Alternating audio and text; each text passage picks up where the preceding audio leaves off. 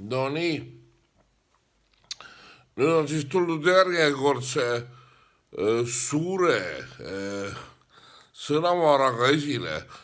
keegi Jüri Saar, Tartu emeriitprofessor, ütleb, et Covid skeptikud vahi alla.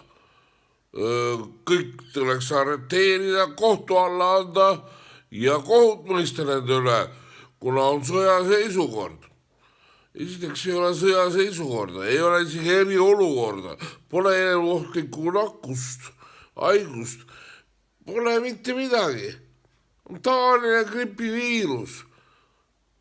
ma ei saa aru, kuidas üks professor saab nii rumalat juttu suust välja ajada. minu arust tuleks kõik need professori tiitlid ära võtta. sa ei vääri seda nime.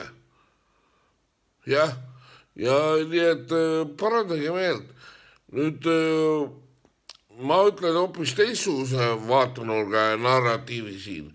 kõik, kes on täna promonud Covidit kui surmavat haigust, te olete valetanud rahvale, kes teadlikumalt, kes vähem teadlikumalt, aga te olete valetanud rahvale. kõik, kes te promote vaktsiine, teie olete mõrvarnikud, sest need on surmavad.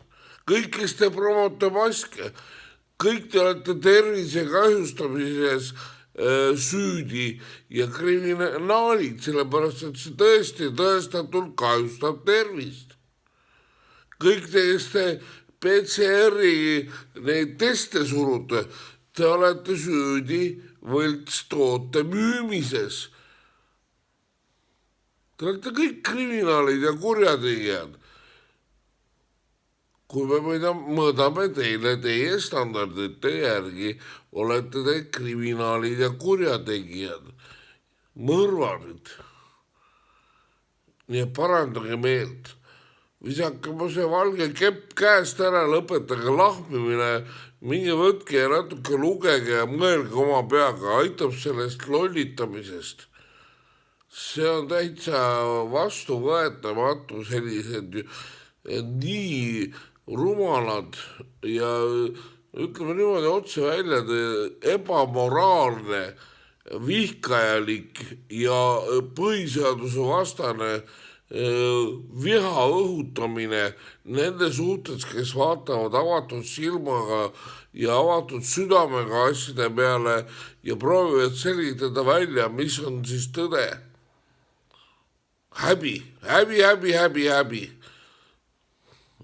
Jüri Saar, sa oled avalik häbiplekk.